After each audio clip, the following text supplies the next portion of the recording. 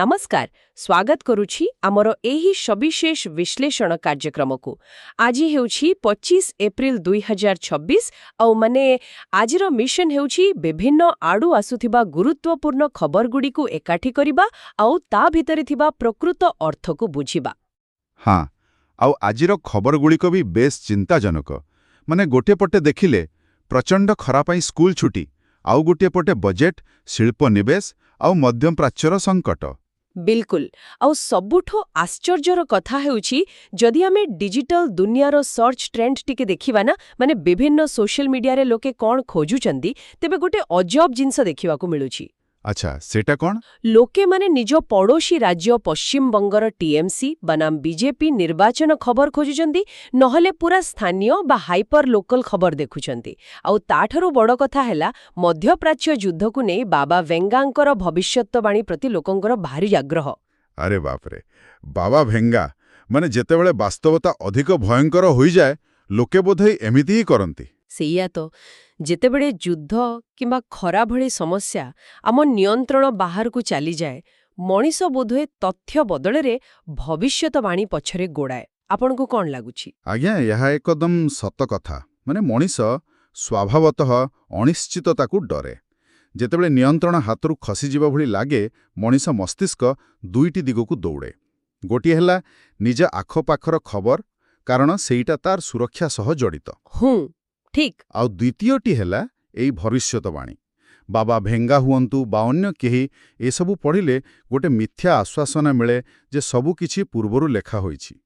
एहा केवल भय को मुकाबिला करिवार गोटे मनोवैज्ञानिक उपाय। सत कहिले एई भय आउ वास्तवतार सबुठु ज्वलंत उदाहरण एबे आम घर बाहरे अछि माने खरा एमिति होउछि जेमति आकाशरु निया बरसुछि। हाँ तापमात्रा जेभଳି बढुछि सेटे बहुत चिंताजनक। जानिछंती तो झारसुगुड़ा आउ तालचेर रे तापमात्रा 44 डिग्री छुईलाणी आउ भुवनेश्वर भी पछरे नहीं सिठी 42.1 डिग्री रेकर्ड करा जाइछि गत 2 वर्ष भितरे एहा सर्वाधिक।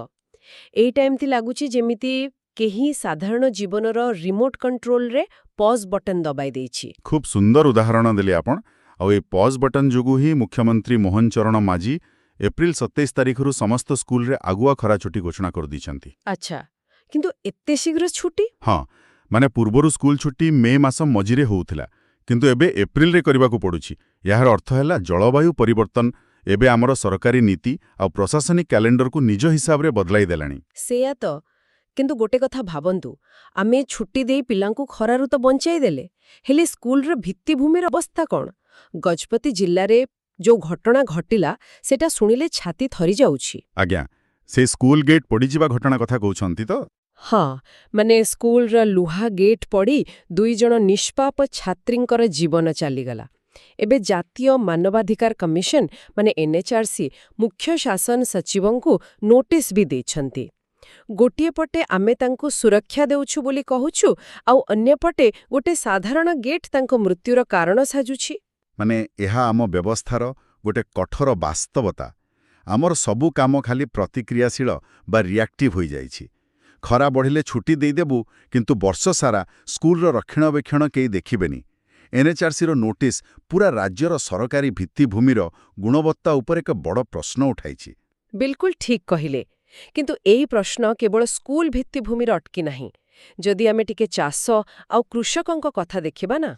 अच्छा सेठी कोना माने गोटिए पटे आकाशरु निया बरसुछि हेले अन्य पटे आम परंपरा अनुसारे अक्षय तृतीया रे अक्षिमुठी अनुकूल होई चाषर शुभारंभ भी होउछि आउ एही अवसर रे सरकार सीएम किसान योजना रे प्राय 41.68 लाख कृषकंकु 838.48 कोटी टंकार आर्थिक सहायता दैछंती।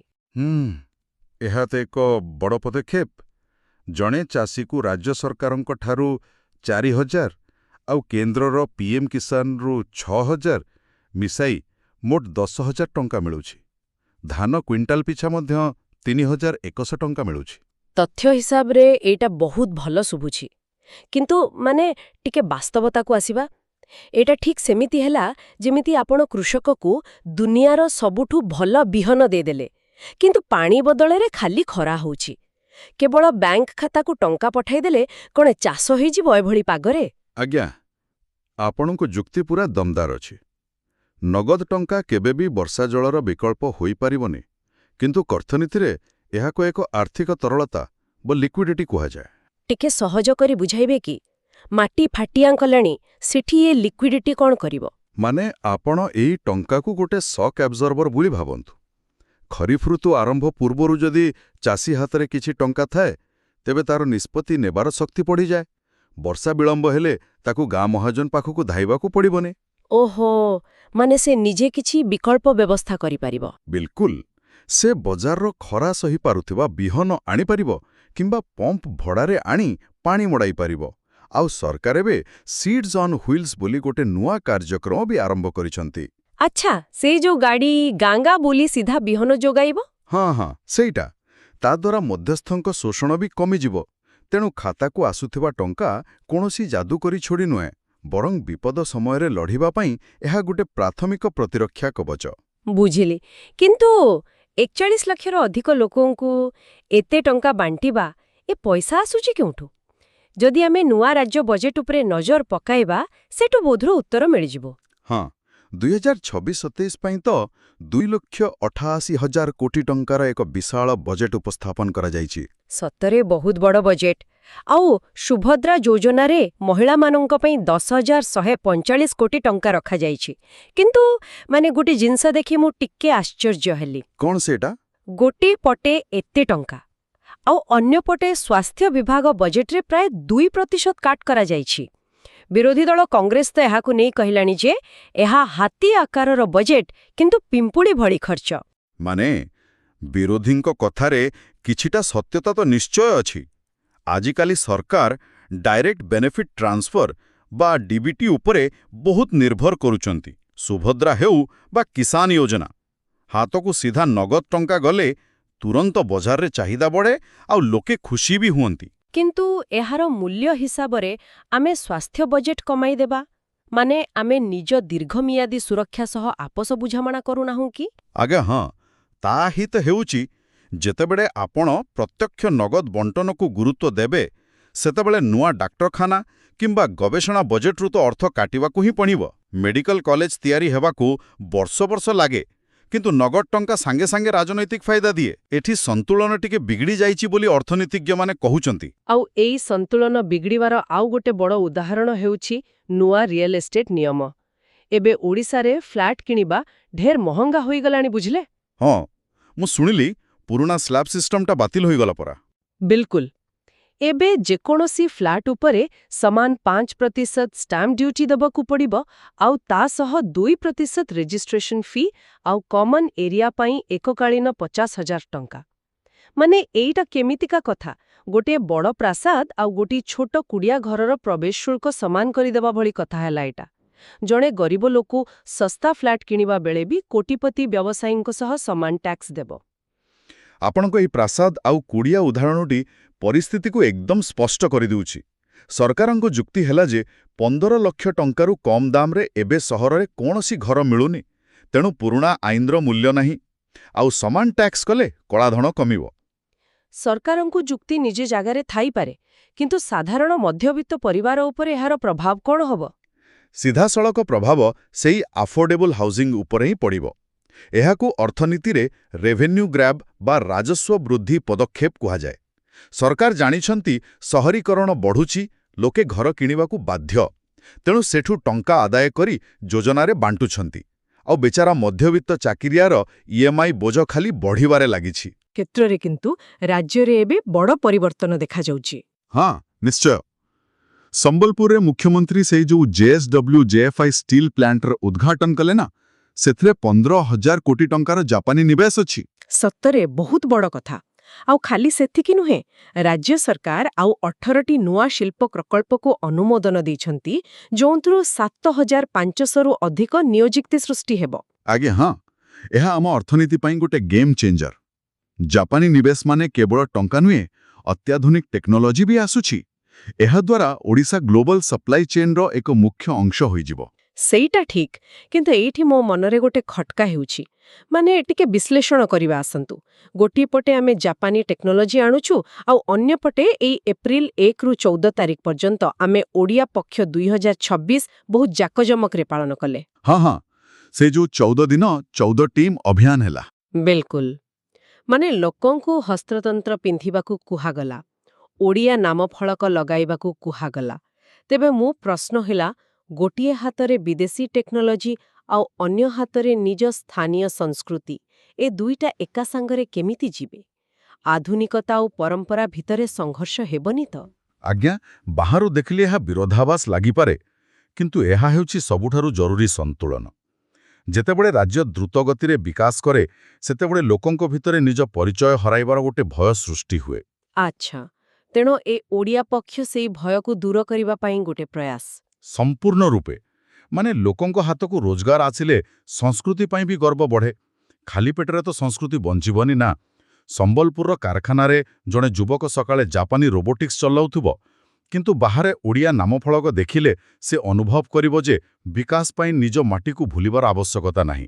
ଜାପାନ ଭଳି ଦେଶ ଭିତରେ ନିଜ ପରମ୍ପରାକୁ ସବୁଠୁ ବେଶୀ ସମ୍ମାନ ଦିଅନ୍ତି। ସତରେ ବହୁତ ସୁନ୍ଦର କଥା କହିଲେ। ଟେକ୍ନୋଲୋଜି ଆମର ବାହୁ ହେବ, ଆଉ ସଂସ୍କୃତି ଆମର ହୃଦୟ। ହେଲେ ଆମେ ତ ଖାଲି ରାଜ୍ୟ ଭିତରେ ସୀମିତ ହୋଇ ରହିପାରିବାନି। ଆସନ୍ତୁ ଟିକେ ବାହାର ଆଡ଼କୁ ନଜର ପକାଇବା। ଜାତୀୟ ରାଜନୀତିରେ ଆମ୍ ଆଦମୀ ପାର୍ଟିର ଅବସ୍ଥା ଦେଖୁଛନ୍ତି ତ? ହଁ, ଆପ୍ ଗଠନର 14 ବର୍ଷ ପରେ ଏମିତି ବଡ଼ ଧକ୍କା ବୋଧହୁଏ ପ୍ରଥମ ଥର ଖାଇଲା। ସେଇଆ ତ। ମାନେ ଦଳର 7 ଜଣ ପ୍ରମୁଖ ରାଜ୍ୟସଭା ସାଂସଦ ରାଘବ ଚଢ଼ା, ସ୍ୱାତି ମାଲିୱାଲ ଆଉ ହରଭଜନ ସିଂଙ୍କ ଭଳି ବଡ଼ ବଡ଼ ନେତା ଦଳ ଛାଡ଼ି ବିଜେପିରେ ମିଶିବାକୁ ଯାଉଛନ୍ତି। ଆପ୍ କହୁଛି ଏହା ପଞ୍ଜାବ ପ୍ରତି ବିଶ୍ୱାସଘାତକତା। ଏଇଟା ଭାରତୀୟ ରାଜନୀତି ପାଇଁ କ'ଣ ସୂଚାଉଛି? ଆଜ୍ଞା, ଏଠି ଗୋଟେ ବଡ଼ ଆଇନଗତ ରଣନୀତି କାମ କରୁଛି। ଆପଣ ଦଳବଦଳ ବିରୋଧୀ ଆଇନ କଥା ତ ଜାଣିଥିବେ। ଜଣେ 2 ଜଣ ଛାଡ଼ିଲେ ସାଂସଦ ପଦ ପଳାଇବ। ଆଚ୍ଛା, ତେବେ ଏମାନେ ସାଂସଦ ପଦ କେମିତି ବଞ୍ଚାଉଛନ୍ତି? ଆଇନରେ କିଛି ଖସିବାର ବାଟ ଅଛି କି? ହଁ, ଅଛି। ନିୟମ ଅନୁସାରେ ଯଦି 2/3 ସଦସ୍ୟ ଏକାଠି ଦଳ ଛାଡ଼ନ୍ତି, ତେବେ ଏହାକୁ ଆଇନଗତ ବିଭାଜନ ବା ସ୍ପ୍ଲିଟ୍ କୁହାଯାଏ, ଆଉ ସଦସ୍ୟତା ରଦ୍ଦ ହୁଏ ନାହିଁ। ସେଥିପାଇଁ ଏହି 7 ଜଣ ଏକାଠି ଛାଡ଼ୁଛନ୍ତି।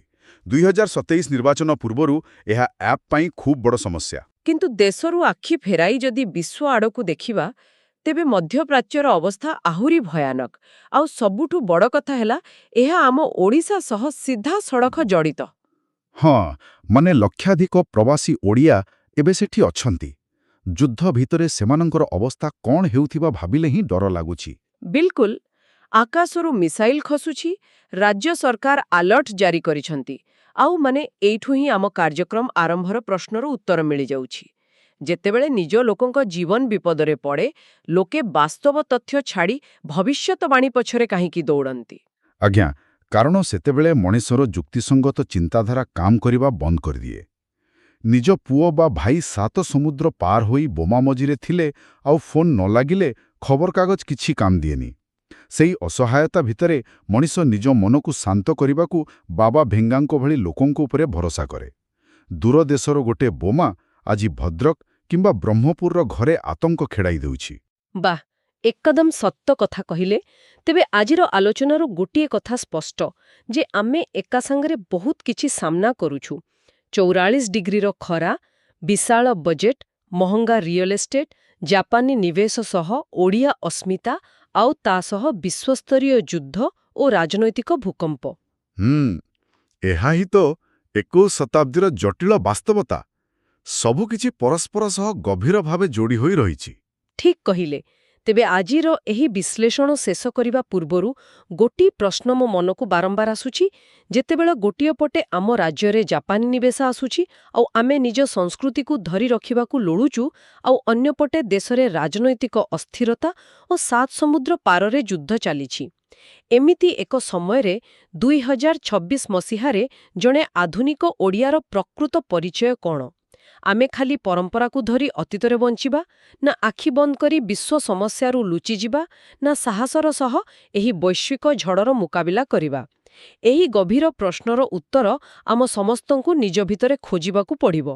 ଆଜିର ଏହି ସବିଶେଷ ବିଶ୍ଳେଷଣରେ ଏତିକି। ଅନ୍ୟ ଏକ ଆକର୍ଷଣୀୟ ପ୍ରସଙ୍ଗ ସହ ପୁଣି ଭେଟ ହେବ।